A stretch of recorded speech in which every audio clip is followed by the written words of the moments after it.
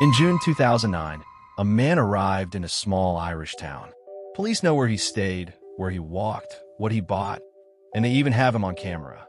But more than 17 years later, they still do not know his real name. The man called himself Peter Bergmann, but Peter Bergmann did not exist.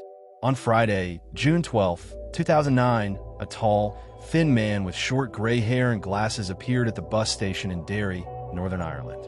Security cameras captured him carrying 2 black bags. At 4 p.m., he boarded a bus heading south towards Sligo. 2 hours and 28 minutes later, he arrived. Despite nearby hotels, he took a taxi and asked for somewhere inexpensive to stay. The driver took him to the Sligo City Hotel. At 6:52 that evening, he checked in, speaking with what witnesses described as a German or Austrian accent. He paid cash for 3 nights and was given room 705. At reception, he wrote the name Peter Bergmann and provided an address in Vienna. After his death, investigators checked it. The address did not exist, and there was no evidence Peter Bergmann was his real name. The mystery had only just begun.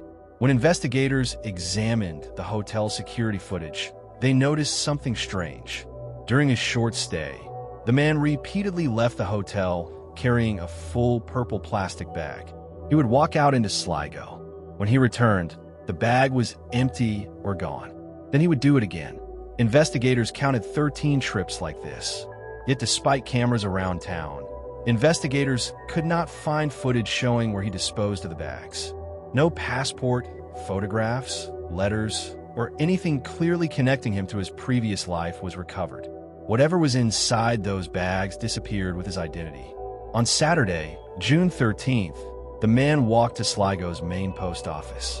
There, he bought 10 stamps intended for international mail. No letter or package connected to him was ever recovered.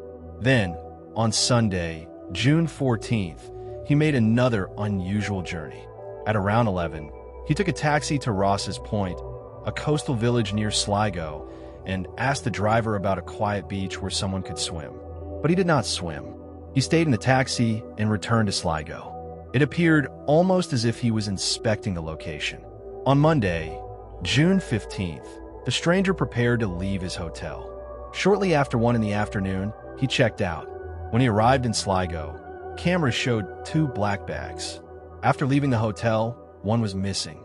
At the bus station, witnesses saw him write something on a piece of paper, then tear it into pieces. Whatever he wrote was never recovered. At around 2:40 p.m., he boarded a bus to Ross's Point, the same place he had visited the previous day. This time he stayed. At approximately 4 o'clock, witnesses saw him on the beach. At around 11:50 p.m., another witness saw him still walking along the shore.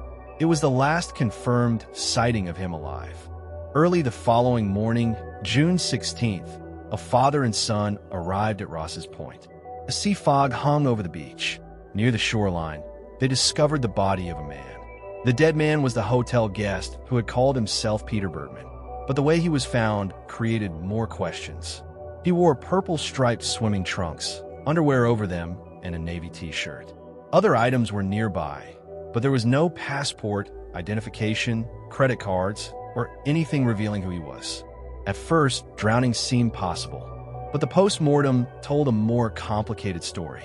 There was no evidence of foul play. Doctors discovered he had advanced prostate cancer and other serious health problems. Later reporting on the autopsy said he had suffered a heart attack on the beach. The examination did not support a straightforward case of ordinary saltwater drowning. Before his death, the man had apparently taken deliberate steps to make himself extremely difficult to identify. He used a false name. He gave a false address. He paid for his hotel in cash. He repeatedly removed unknown belongings from his room. One of his bags vanished. He tore up a handwritten note. And when his body was found, the documents that normally reveal a person's identity were nowhere to be found. Police faced an unusual investigation. They had his face, his body, and CCTV footage documenting his movements. But they had no idea where he had come from. Images of the unidentified man were circulated in Ireland and shared with law enforcement agencies elsewhere in Europe. His apparent German or Austrian accent became an important clue. His clothing was examined, and his shoes had been manufactured in Germany. But none of it produced an identity. Neither did his DNA. No family member came looking for him, and no missing person report definitively matched him. Months passed. Eventually, in September 2009, the unidentified man was buried in Sligo Cemetery. The grave was unmarked, and the name Peter Bergmann followed him into death, even though investigators believed it was never his real name. Years later, authorities continued asking the public for help and released his CCTV images again. But the central question remained unanswered. Who was he? There are many theories.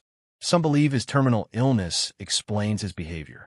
Perhaps he knew he was dying and traveled far from home because he wanted to disappear. Perhaps destroying his possessions was part of a plan to make sure nobody could trace him. But there is no solid evidence proving a conspiracy, criminal operation, or secret identity. The documented facts are already strange enough. A man traveled to Sligo. He used a name that led nowhere. He systematically removed belongings from his hotel.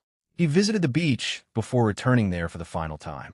Then he died, leaving investigators with almost everything they would normally need to identify someone, except his identity. In 2021, Irish police again appealed for information. In 2023, another renewed effort asked the public for help identifying him. Still, no confirmed identity emerged. Before June 2009, this man had another life. Perhaps a family, friends, a job, and people who knew his real name. Yet somehow, he separated that life from the man captured by cameras in Sligo. Today, we can reconstruct his final days almost hour by hour. We know when his bus arrived. We know his hotel room. We know when he visited the post office. We know when he traveled to Ross's Point. We know approximately when he was last seen alive. And we know where he was buried. But the simplest piece of information remains missing. His name. Peter Bergmann came to Sligo in June 2009. 4 days later, he was dead. And to this day, the world still does not know who he really was.